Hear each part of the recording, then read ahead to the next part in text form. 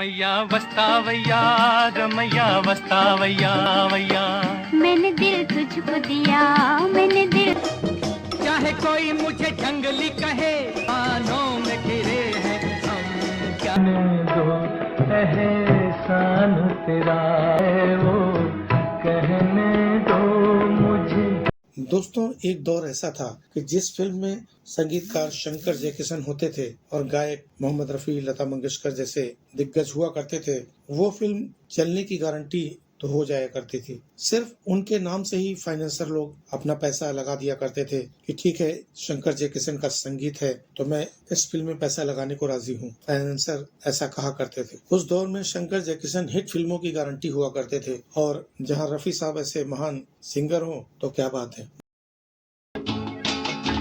आसमान से आया फरिश्ता, आया हूँ वो दिखलाने। दोस्तों, आज एक ऐसी फिल्म की बात करूंगा और एक ऐसे डायरेक्टर की बात करूंगा, एक ऐसे राइटर की बात करूंगा जिसको फिल्म इंडस्ट्रीज ने रिजेक्टेड डायरेक्टर मान लिया था। आज ऐसे ही एक डायरेक्टर और राइटर की बात करूंगा। दोस्तों, आज एक ऐसी कहानी के बारे में बताने जा रहा हूँ जिसके लेखक थे भूषण साहब, जिन्होंने 1962 में ये कहानी लिखी थी। इस कहानी को लेकर वो कई डायरेक्टर्स और प्रोड्यूसर्स के पास गए, मगर सभी ने इस कहानी को रिजेक्ट कर दिया और कहा कि ये कहानी ऐसी है कि इसे कोई नहीं पसंद करेगा, क्योंकि ये दो उम्र दराज लोगों की प्रेम कथा है और इस कथा यानी इस प्रेम कथा को कोई एक्सेप्ट नहीं करेगा। इसलिए लोग इस कहानी को रिजेक्ट कर दे रहे थे। तो भूषण जी काफी परेशान थे। उस समय उनकी माली हालत भी बहुत खराब चल रही थी और उनकी इस कहानी को कोई भी डायरेक्टर हाथ लगाने को तैयार नहीं था। मगर कहते हैं ना कि जब ऊपर वाला चाह ले तो मिट्टी को भी सोना बना देता है। भूषण जी के साथ कुछ ऐसे ही हुआ। पहले भूषण जी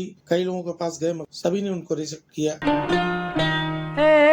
गुल बदन है चुभन, तुझे देख के कहता है कहीं आज किसी से मोहब्बत। फिर वो गुरुदत्त साहब के पास गए। गुरुदत्त साहब ने उनकी कहानी सुनी तो उन्होंने भी इस बात के लिए इनकार किया कि कहानी बनाने लायक नहीं है, मगर काफी जोर देने पर वो राजी हुए और उन्होंने कुछ रील्स उसके बनाए, यानी कुछ शूटिंग की, और उसके बाद किसी कारण से वो फिल्म ठंडे बस्ते में चली गई। इसके बाद दर दर भटकते रहे, सबके पास मिले वो, मगर कहीं काम नहीं बना। मगर शायद ईश्वर को कुछ और ही मंजूर था। वो इस कहानी को लेके भटकते भटकते निर्देशक लेख टंडन के पास पहुंच गए। मगर निर्देशक लेख टंडन के बारे में एक बहुत ही ग्रेट कलाकार ने यानी पृथ्वीराज कपूर ने कुछ ऐसा कहा था जिससे वो काफी मायूस हो चुके थे। उन्होंने कह दिया था कि तुम कभी भी अच्छे निर्देशक नहीं बन सकते, तुम्हारे में वो काबिलियत नहीं। क्योंकि लेख टंडन के पिताजी और पृथ्वीराज कपूर एक अच्छे दोस्त हुआ करते थे किसी समय पे। जब लेख टंडन के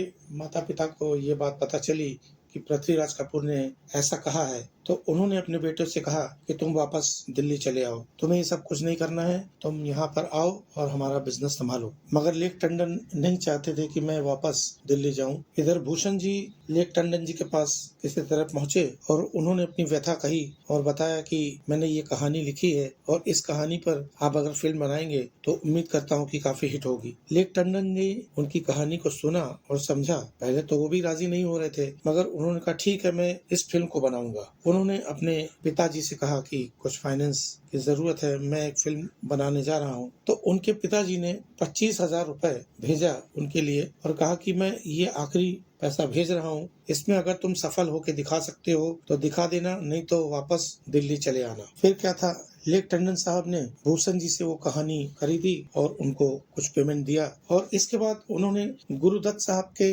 असिस्टेंट अबरार अलवी साहब से मुलाकात की और उनको कहानी का स्क्रीन प्ले लिखने के लिए कहा। हालांकि अबरार अलवी इस बात पर राजी नहीं हो रहे थे कि वो स्क्रीन प्ले लिखें, मगर काफी रिक्वेस्ट करने के बाद वो राजी हुए। फिर उन्होंने एडवांस के रूप में उन्हें कुछ पैसे भी दिए अबरार अलवी को लेख टंडन साहब ने। स्क्रीन प्ले तैयार होने के बाद लेख टंडन साहब शम्मी कपूर साहब के पास गए। शम्मी कपूर कभी उनके पुराने दोस्त हुआ करते थे, मतलब उनके पुराने दोस्त ही थे। उन्होंने कहा कि शम्मी भाई, मेरी एक फिल्म है, वो आपको करनी है। शम्मी कपूर साहब ने उस फिल्म की कहानी सुनी तो उन्होंने कहा कि देखो, मैं ये फिल्म करूंगा तो जरूर, मगर 1 लाख रुपए लूंगा। तो लेख टंडन साहब ने कहा, अरे आपकी फीस तो 60-65 हजार ही है, मगर आप 1 लाख रुपए मांग रहे हैं, क्यों? तो शम्मी कपूर साहब ने कहा, देखो ये कहानी जो तुम लेकर आए हो, ये कहानी ऐसी है कि मुझे पता है कि ये फिल्म बिल्कुल नहीं चलेगी, और मैं मार्केट से जो पैसे लेता हूँ दूसरे डायरेक्टर्स से, बड़े बड़े डायरेक्टर्स होते हैं, उनकी फिल्म चलती है, इसकी वजह से मैं कह रहा हूँ तुमसे 1 लाख रुपए के लिए कि ये फिल्म चलेगी नहीं तो मेरी नुकसान की भरपाई कौन करेगा। तो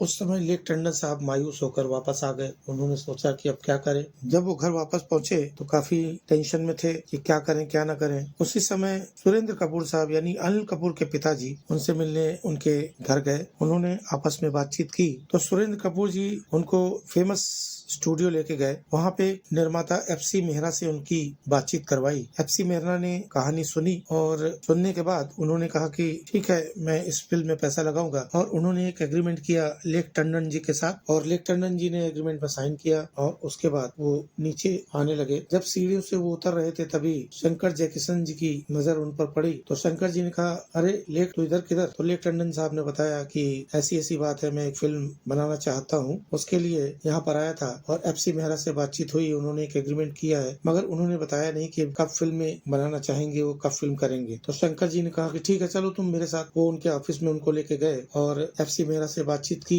शंकर जी ने कहा कि मैं इस फिल्म का संगीत दूंगा, तुम इस फिल्म को बनाओ। तो FC मेहरा ने कहा ठीक है, ये तो बहुत अच्छी बात है। शंकर जी किशन ने कहा, ये फिल्म हमारी है और मैं इस फिल्म का संगीत दूंगा और बेहतरीन संगीत दूंगा। और आप सभी लोग जानते हैं कि शंकर जी किशन का संगीत कभी फेल नहीं होता। और दोस्तों, उस जमाने में शंकर जयकिशन जिस फिल्म का संगीत देते थे वो हिट तो होता ही था, और पैसे भी वो हीरो के बराबर लेते थे। इतना हीरो पेमेंट लेते थे, लगभग उसके आसपास ही उनका पेमेंट हुआ करता था फिल्मों में। और ऐसा पता चलते ही फाइनेंसरों की लाइन लग गई FC मेहरा के ऑफिस में। लोगों को पता चला कि इस फिल्म का संगीत शंकर जयकिशन जी दे रहे हैं और गीत रफी साहब गा रहे हैं, तो वहाँ पर फाइनेंसरों की लाइन लग गई। उसके बाद दोस्तों, लेक टंडन साहब शंकर जयकिशन के घर पहुंचे तो देखा कि वहाँ पर कई लोग सिटिंग में बैठे हुए हैं। यहाँ हसरत जयपुरी साहब भी हैं, शैलेंद्र जी भी हैं, अरिंजर डिसूजा जी भी हैं, सभी लोग थे। तो शंकर जी किशन ने कुछ धुनें लेक टंडन को सुनाई और कहा कि इन धुनों में जो तुम्हें धुन पसंद आ रही हो उसे चुन लो। उन्होंने सभी धुनें सुनी और उनको 4-5 धुनें पसंद आई। उन्होंने उन धुनों को